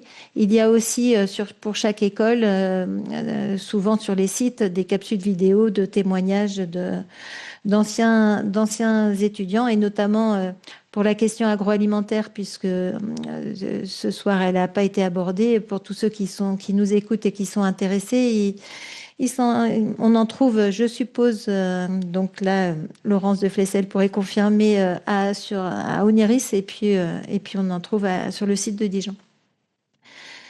Sur le côté vie étudiante, Donc, sur les aspects vie étudiante, on accompagne, et donc la vie étudiante est un point fort des écoles. Il y a, donc ça a été cité par pratiquement tous les intervenants sur le fait de s'engager aussi à côté de la formation. Il y a une vie associative riche et importante. Et puis, il y a la question de l'engagement étudiant, à la fois dans ces associations, mais aussi dans les instances de l'école, puisque nombre d'étudiants à la sortie de l'école se retrouvent aussi en responsabilité. Donc, c'est Nicolas qui disait tout à l'heure qu'il y a les chambres d'agriculture, il y a des élus. Et il faut accompagner ces élus, mais forcément, il faut aussi comprendre comment ça fonctionne d'être élu pour pouvoir accompagner ces élus. Et puis, parfois, nos étudiants sont élus eux-mêmes. Donc, on fait cet accompagnement-là dans les écoles.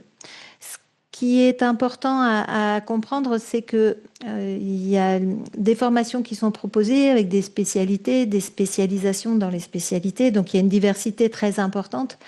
Mais il y a une possibilité pour chaque étudiant de construire, de personnaliser son parcours. On a eu l'exemple tout à l'heure de Chloé en césure. C'est une façon de personnaliser son parcours. Le choix des stages, c'est une façon de personnaliser son parcours.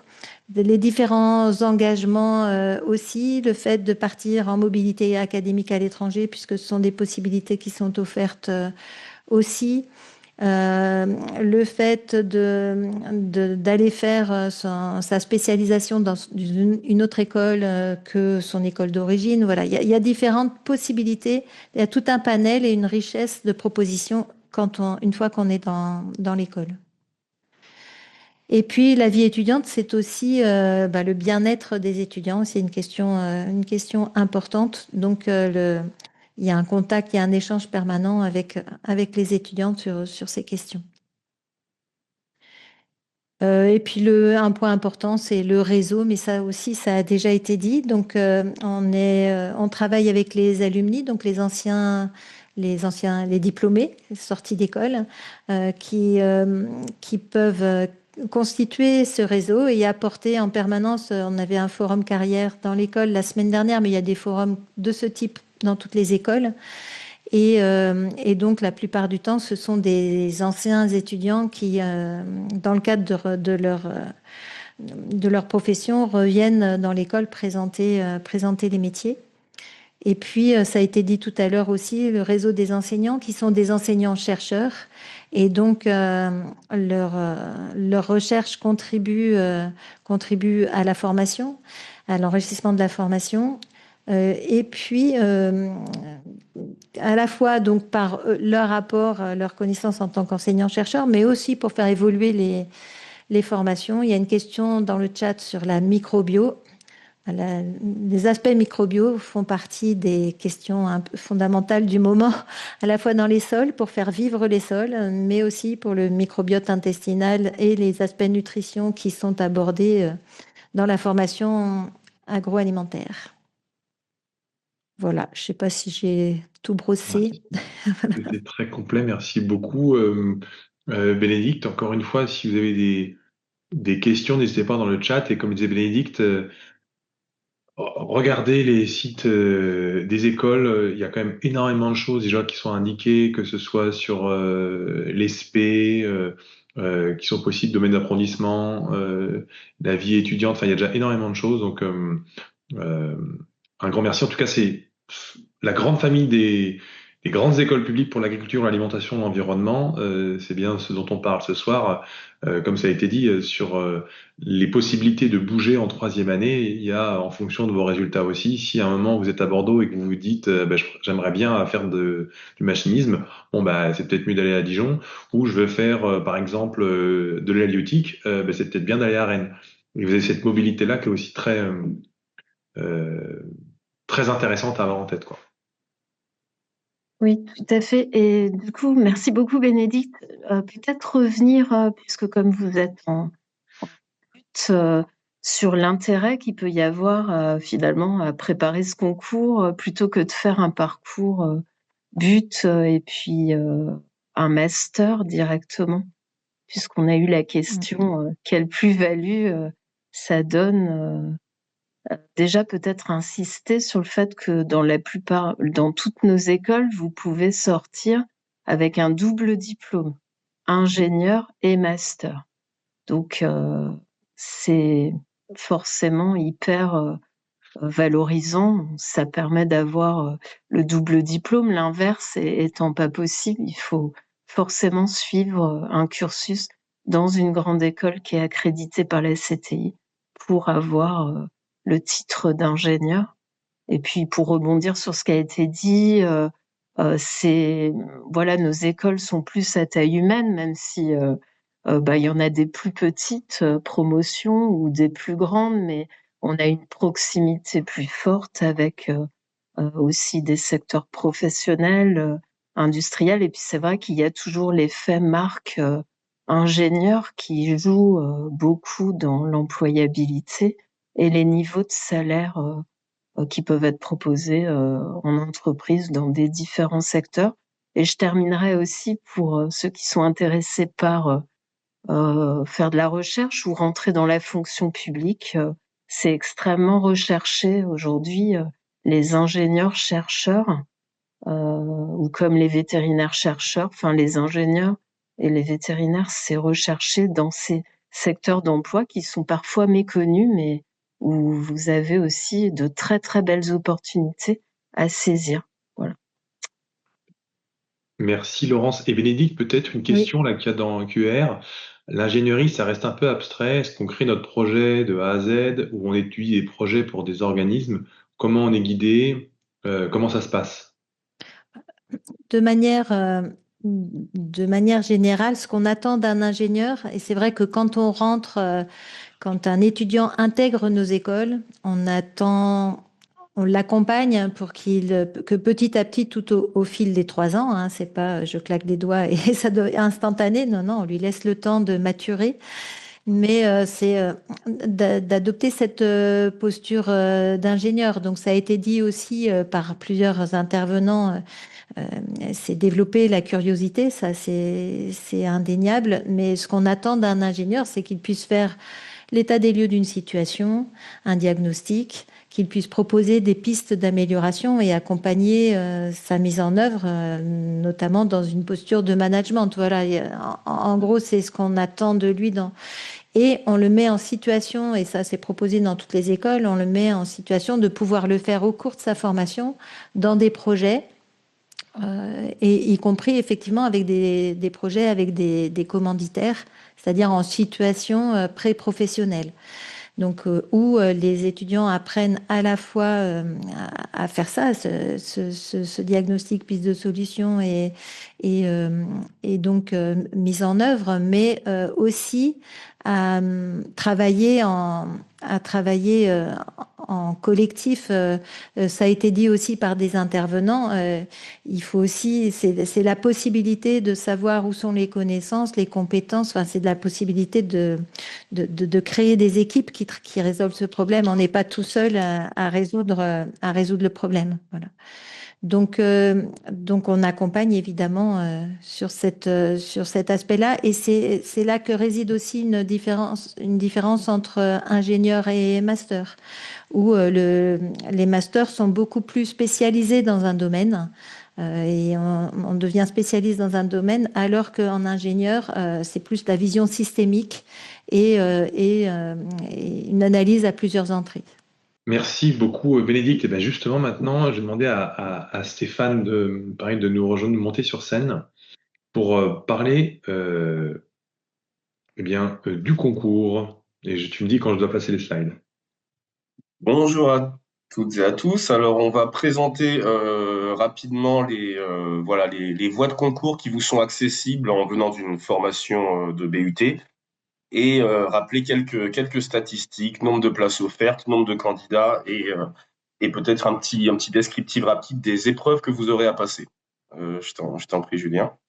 Donc, on va commencer par la liste des diplômes éligibles. Ce qu'il faut savoir, c'est que bon, on a plus de trois quarts de nos candidats qui viennent de la spécialité génie biologique. Mais vous allez voir qu'il y a pas mal d'autres spécialités qui sont éligibles et avec tout autant de chances de réussite au concours. Si vous voulez, il n'y a pas de pénalité à infliger aux candidats qui ne viendraient pas de génie biologique. Bien au contraire, les concours, les formats des concours sont faits pour traiter l'intégralité des profils de façon équitable avec autant de chances de réussite à l'admissibilité comme à l'admission.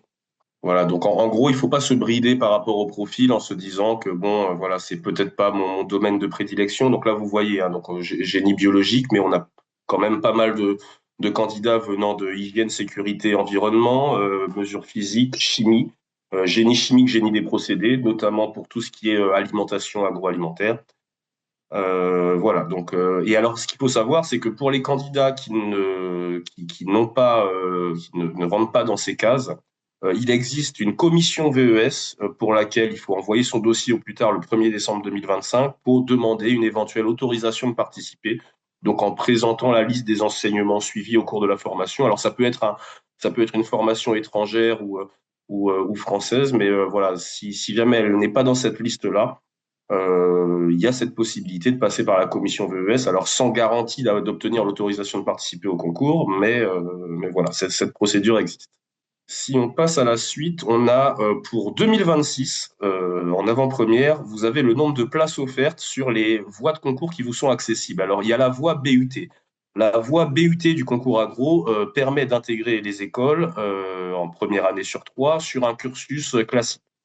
Le concours voie apprentissage permet d'intégrer les mêmes écoles en cursus en alternance avec signature d'un contrat dès la première année. Maintenant, il est possible, en fonction des écoles, de bifurquer vers un cursus en apprentissage au cours de la formation. Alors, vous voyez qu'il y a 131 places offertes sur la voie BUT. Vous avez la liste des écoles accessibles.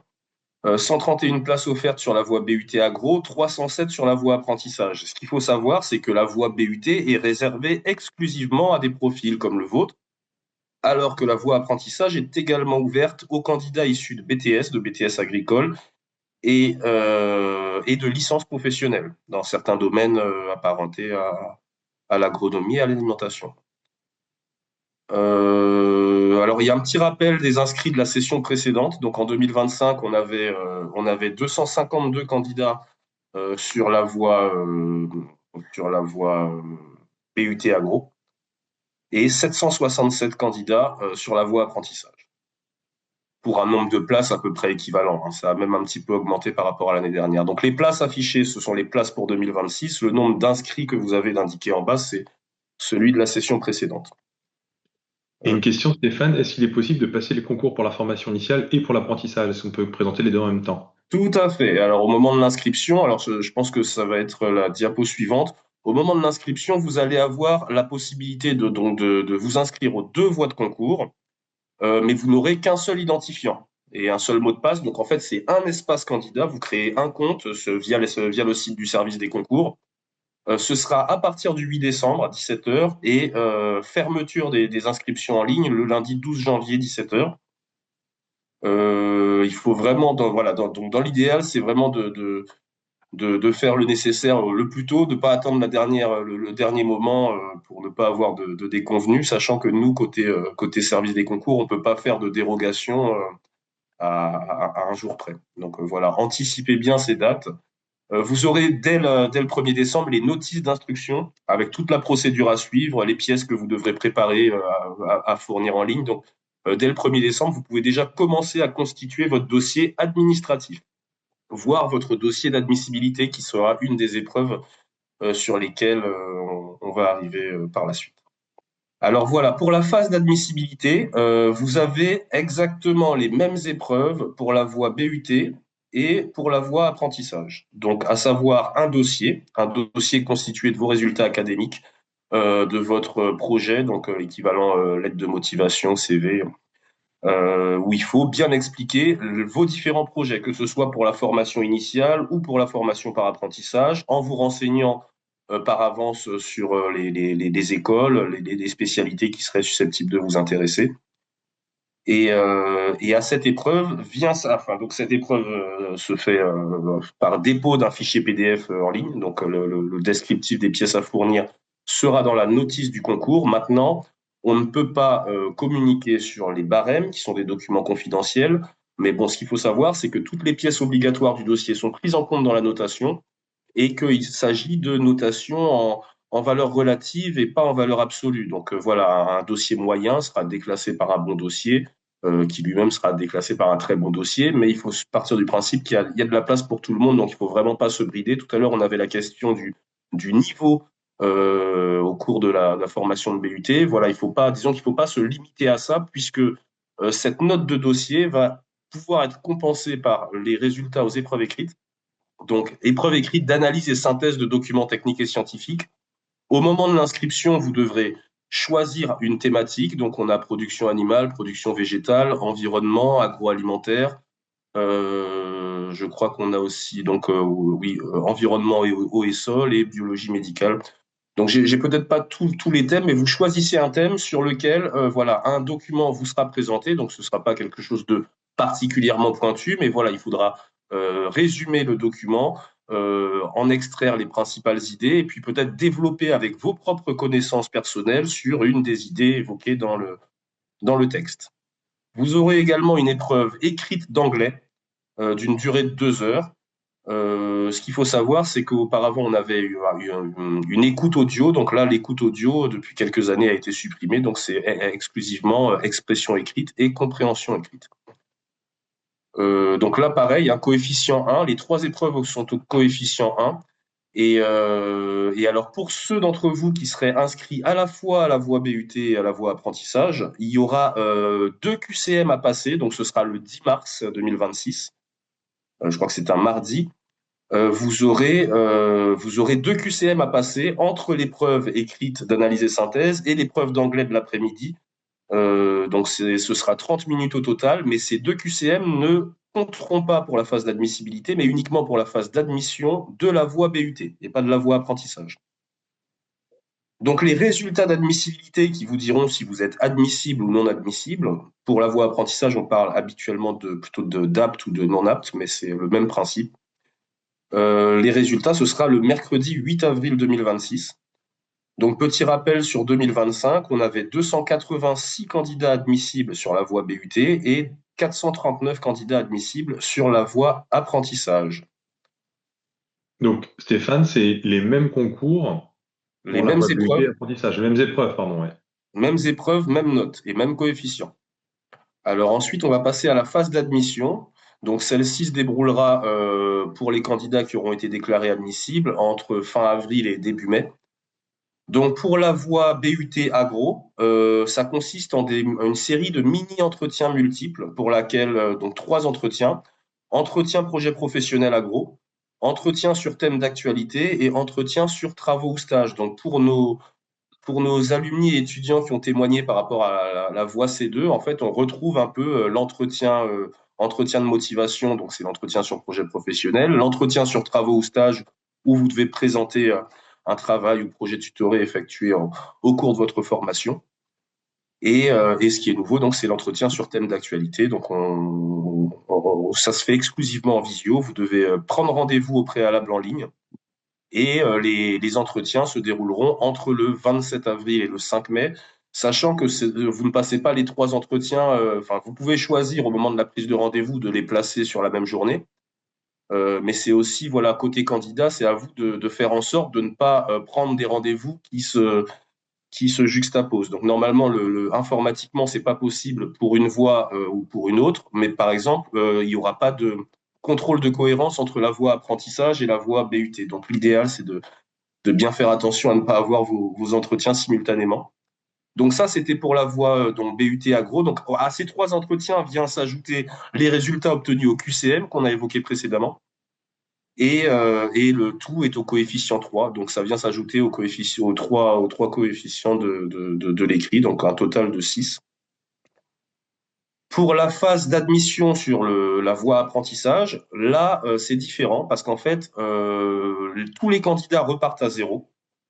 et ils sont auditionnés. Il y a un entretien de 30 minutes par école. Donc, au moment de l'inscription, et c'est pour ça que c'est important de se renseigner bien en amont, au moment de l'inscription, donc de début décembre à début janvier, vous devrez, pour la voie apprentissage, choisir 3 écoles ou cursus et pas plus. Donc, ce sera 3 maximum. Et si vous êtes déclaré admissible, vous aurez tout autant d'entretiens à passer dans les écoles. Et là, la période est plus longue, donc ça va jusqu'au 16 mai. Mais les résultats d'admission pour les 2 voies sont prévus, enfin la publication est prévue pour le mercredi 8 avril 2026. Là, vous saurez si vous êtes classé ou non classé et votre rang de classement. Petit rappel pour 2025, donc on a eu. Alors là, il y a une erreur, hein, c'est pas 286 et 439, puisque là j'ai mis les chiffres de l'admissibilité. C'est une petite erreur de ma part, en fait. Vous avez, pour la dire un petit peu plus tôt, c'est 151 candidats classés sur la voie BUT et 344 candidats classés sur la voie apprentissage. Donc voilà, une petite erreur, mais bon, ça reste quand même très significatif compte tenu du nombre de places offertes. Et ce qu'il faut savoir, c'est que les candidats peuvent être pris sur la voie apprentissage et donc ne prendront pas de place sur la voie BUT, et inversement, sachant que les candidats de la voie BUT peuvent aussi intégrer les écoles vétérinaires. Si on passe maintenant à la suite, vous avez la phase de formulation des vœux, très importante, pour les 2 concours. Donc, vous avez entre le 1er mars et le 21 mai 2026 midi. Ce qu'il faut savoir, c'est qu'il n'y a pas de stratégie à adopter en fonction de vos résultats, mais il faut bien placer vos vœux par ordre de préférence en fonction des renseignements que vous aurez obtenus sur les différentes écoles et éventuellement de choix géographiques. Mais bon, on peut aussi apprécier de quitter un peu la région d'origine et d'aller voir passer quelques années ailleurs. Donc, pour les 2 concours, vous avez la possibilité d'interclasser les vœux. Donc, il peut très bien y avoir en premier vœu Oniris sur la voie BUT agro. En deuxième vœu, il peut y avoir Oniris en apprentissage et ainsi de suite. Enfin, je veux dire, ça peut, voilà, ça peut se mélanger, il n'y a pas de problème là-dessus. Et donc, vous aurez, après cette phase de classement des vœux, la procédure commune d'intégration par laquelle le service des concours effectue des vagues de propositions d'affectation qui tiendront compte de votre remplacement, du classement de vos vœux et du classement des vœux des candidats mieux classés que vous. Vous aurez donc un premier appel le 22 mai 2026, donc c'est plus d'1 mois plus tôt que la procédure de l'année dernière. Il y a une erreur encore, 2026, mais c'est en 2025. En 2025, on avait commencé les appels sur la voie BUT fin juin. Donc là, voilà, vous serez fixé bien plus tôt pour cette session 2026. Vous aurez 48 heures pour répondre à votre proposition d'affectation. Et les appels peuvent se poursuivre jusqu'à la rentrée, donc fin août, début septembre. L'idée est quand même d'être fixé le plus tôt possible pour entreprendre toutes les démarches relatives à la rentrée, inscription à l'école, logement, etc. Parmi les types de réponses possibles, vous avez la possibilité de répondre oui définitif à une proposition d'affectation, que ce soit votre premier vœu ou votre dernier vœu. Cela signifie que vous acceptez l'affectation à titre définitif et que vous sortez de la procédure d'appel. Si vous répondez oui mais à une proposition d'affectation, ça veut dire je prends la place qui m'est proposée, mais j'attends de voir si une place dans une école mieux classée dans ma liste de vœux peut m'être proposée lors d'un appel ultérieur. Enfin, pour la préparation du concours, moi, je vous invite tous à aller jeter un coup d'œil sur le site du service des concours à Agro-Veto. Dans la rubrique les concours, vous avez donc soit sur la voie BUT, soit sur la voie apprentissage, et vous avez des bilans, des statistiques, des rapports d'épreuves et des sujets qui sont accessibles pour plusieurs sessions auparavant, sachant que voilà, vous avez des sujets identiques en anglais, en analyse et synthèse de documents. Donc sur la voie apprentissage qui existe depuis 2015, imaginez bien que vous avez énormément d'exemples de sujets pour éventuellement vous préparer en temps réel, vous faire corriger par un tiers. Voilà. N'hésitez pas à prendre tous les renseignements utiles pour la préparation. Je suis ouvert à toutes les questions. Merci Stéphane, je vais te donner des questions, mais je pense qu'il y a un petit problème de son. Est-ce que tu peux couper ta caméra pour voir au cas où si le son passe mieux? Parce que ça hache un peu de mon côté. Est-ce que vous m'entendez mieux? Oui, c'est mieux. Alors, la première question, c'est Louisa qui nous demande s'il peut y avoir un peu plus de corrigés d'annales et est-ce que, parce qu'il y a apparemment seulement 2 annales par épreuve sur le site du SCAV. Est-ce que c'est par rapport à la dernière mise à jour où il va y avoir davantage d'infos ou... Non, disons que nous, ce qu'on met sur le site, ce sont des annales, mais pas de corrigés, déjà. D'accord. On met aucun corrigé d'épreuve. Maintenant, il y a les rapports des examinateurs qui vont vous dire quels sont voilà, les points forts qu'ils ont trouvés, les points faibles, les erreurs à éviter, que ce soit pour la constitution du dossier ou pour les épreuves écrites. Ce qu'il faut savoir aussi, si vous ne trouvez pas énormément d'annales, c'est parce que la voie BUT, comme la voie BTS, BTSA, ont succédé aux voies C et C2, et donc n'existent que depuis un an ou deux, quoi. Hein. Donc il y a pas, il vaut mieux pour les épreuves écrites aller voir sur la voie apprentissage où il y a beaucoup plus d'antériorité. Mais voilà, ça va venir s'étoffer au fur et à mesure des sessions qui vont s'écouler. Ok. Une question sur les QCM, enfin plusieurs questions. Le coef des QCM dans la phase d'admission, c'est coefficient 3, c'est ça? Alors, en fait, au total, vous avez 5 épreuves. Vous avez 2 QCM et 3 entretiens. D'accord? Donc, en gros, sur ce coefficient 3, parce qu'on va avoir une note finale, sur ce coefficient 3, les QCM correspondent à 2/5 de la note. Voilà. D'accord. Et toujours sur les QCM, est-ce que les 2 QCM concernent-ils bien les candidats en formation initiale et ceux en apprentissage? Est-ce que c'est les mêmes? Non, les candidats inscrits exclusivement au concours apprentissage n'ont pas de QCM à passer. D'accord. Toujours sur les QCM, est-ce qu'il y a des informations sur leur contenu et comment bien les préparer? Parce Alors moi, que, ouais, disons qu'on n'a pas d'exemple de QCM puisqu'en fait le format de l'année dernière, c'était la première session, va être revu pour cette année. Pas de sujet zéro non plus, donc il va falloir se référer strictement et tous les candidats seront sur un pied d'égalité aux notices. Donc dans les notices, vous aurez un descriptif de l'épreuve, un descriptif des attendus de l'épreuve et peut-être voilà peut-être quelques détails sur leur format. Mais voilà, moi je vous invite à partir du 1er décembre à vous référer à la notice du concours voie BUT, rubrique, enfin je crois que c'est le chapitre description descriptif des épreuves et là vous aurez tous les détails utiles en tout cas. ok. Le nombre de vœux lors du choix des écoles est-il limité? Et si oui, combien? Pour la voie apprentissage, le choix est limité dans la mesure où dès l'inscription, vous devez choisir 3 écoles. Donc, au moment où ça va venir se répercuter sur la formulation des vœux, ça représentera en principe trois vœux à interclasser. Pour la voie BUT Agro, toutes les écoles peuvent être classées à partir du 1er décembre, du 1er mars. Donc, si toutes les écoles peuvent être classées, on vous invite rigoureusement à en classer un maximum pour maximiser les chances d'intégration en école. Ok. Question sur un peu les chances BUT en formation initiale ou en apprentissage. Est-ce qu'il y a plus de chances d'avoir l'un que l'autre par rapport au nombre de places en termes de Non, stratégie pour intégrer?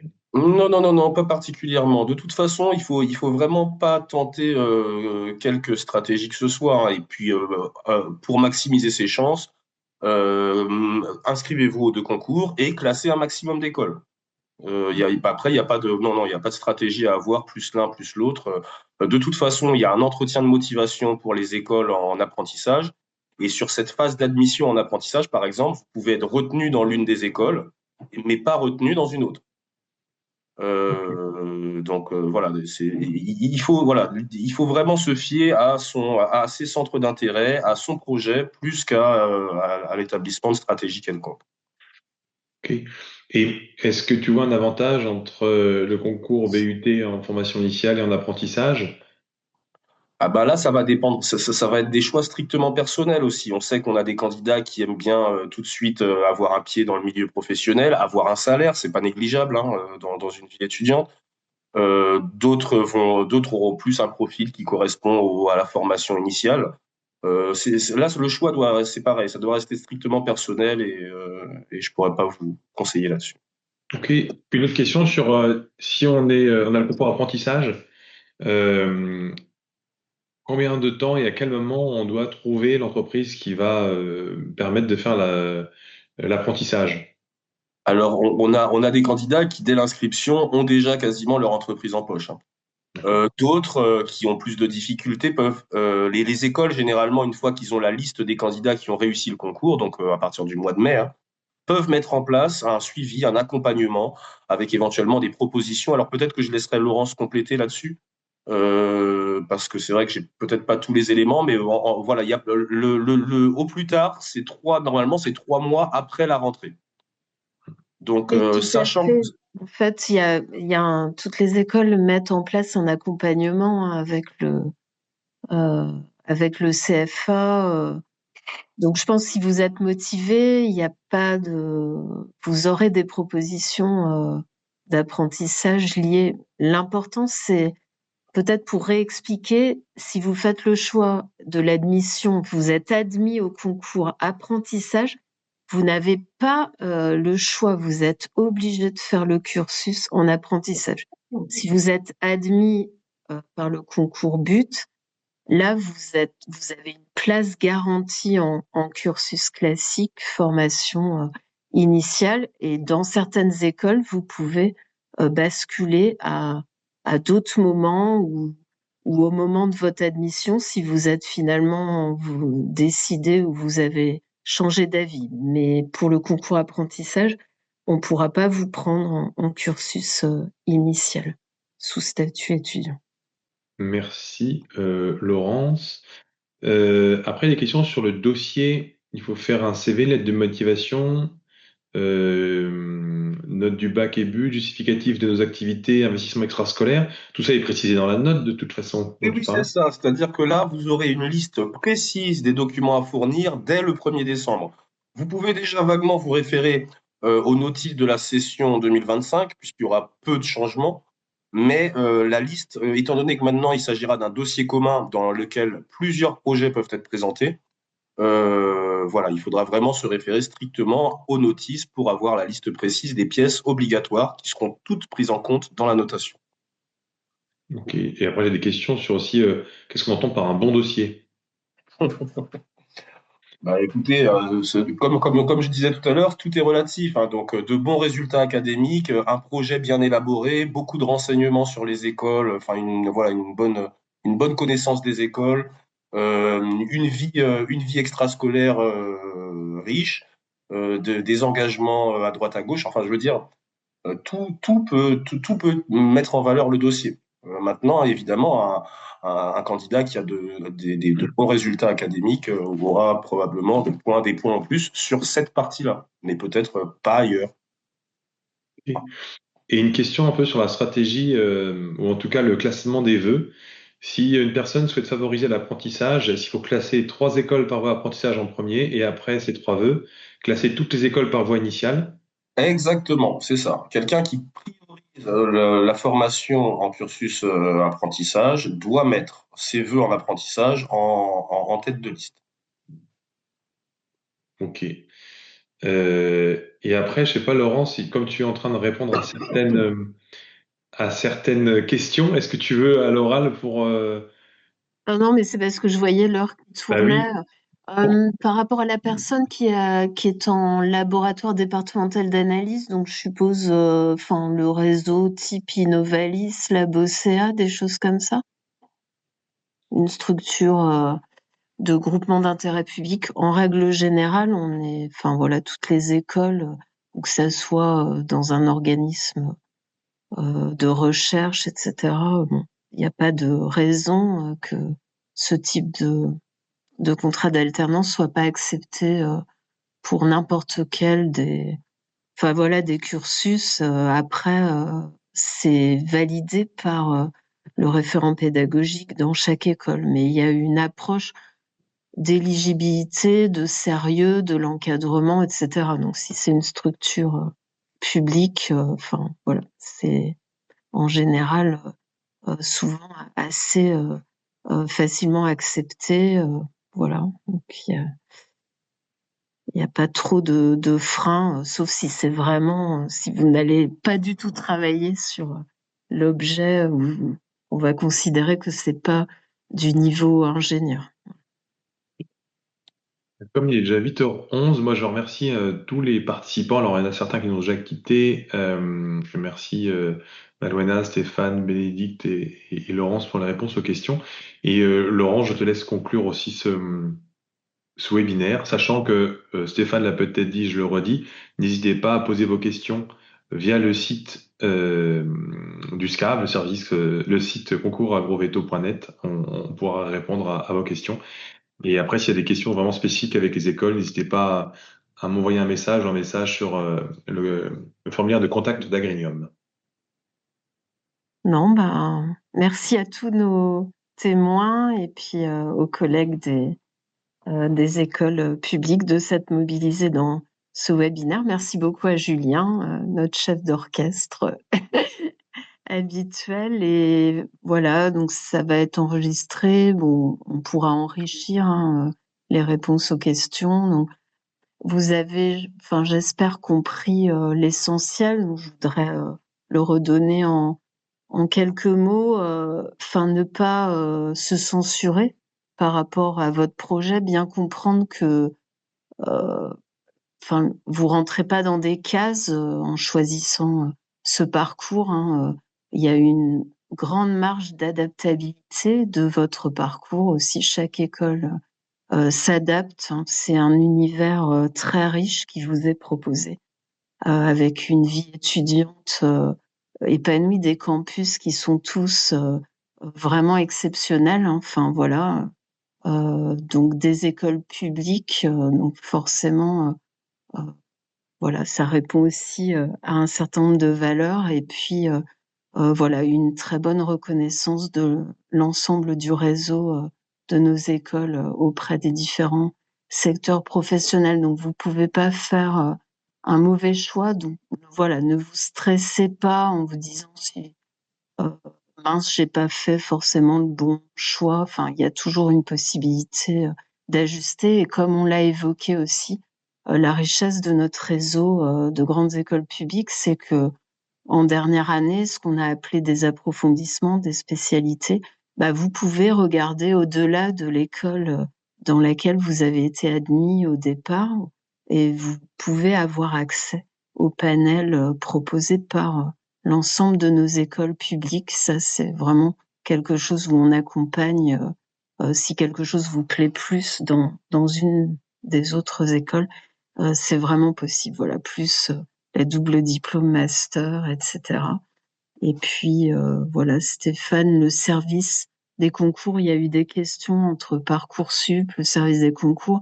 À partir du moment où vous avez validé, vous êtes en cours de validation de votre deuxième année de but, surtout, voilà, prenez la voie du concours Bac+2, Bac+3. Et même si vous l'avez pas la première année, vous découragez pas du tout. Vous pouvez capitaliser votre diplôme but et puis voilà, retenter. Il y a franchement un taux de succès qui est accessible. Donc voilà, n'hésitez pas. Et Stéphane a insisté aussi beaucoup. C'est le croisement entre ce que vous avez, votre maturité, entre le cursus initial et le cursus en alternance, mais en ayant fait un parcours but, vous êtes évidemment très bien préparé pour viser un cursus en alternance. C'est la différence qu'on voit par rapport au public qui vient plutôt des classes préparatoires où là, la maturité enfin voilà, la connaissance du milieu technique est moindre. Mais bon, voilà, il faut faire votre choix et surtout ne pensez pas que vous aurez plus de difficultés. Il y a eu un certain nombre de questions où que la barre pourrait être plus haute pour vous par rapport à des gens qui ont fait la classe prépa. Pas du tout. On a eu des témoignages qui montrent que vous arrivez avec des compétences de nature différente et en fonction des voies, vous êtes meilleurs les uns par rapport aux autres. Donc, toutes les écoles organisent vraiment votre adaptation, voilà, souvent par un semestre qui peut être différencié. Mais vous avez une richesse et donc voilà, vous ne partez pas du tout avec un handicap, bien au contraire. Donc, on vous souhaite bonne chance et très bonne continuation dans votre parcours, voilà, de vie étudiante et de vie professionnelle, quel que soit votre itinéraire.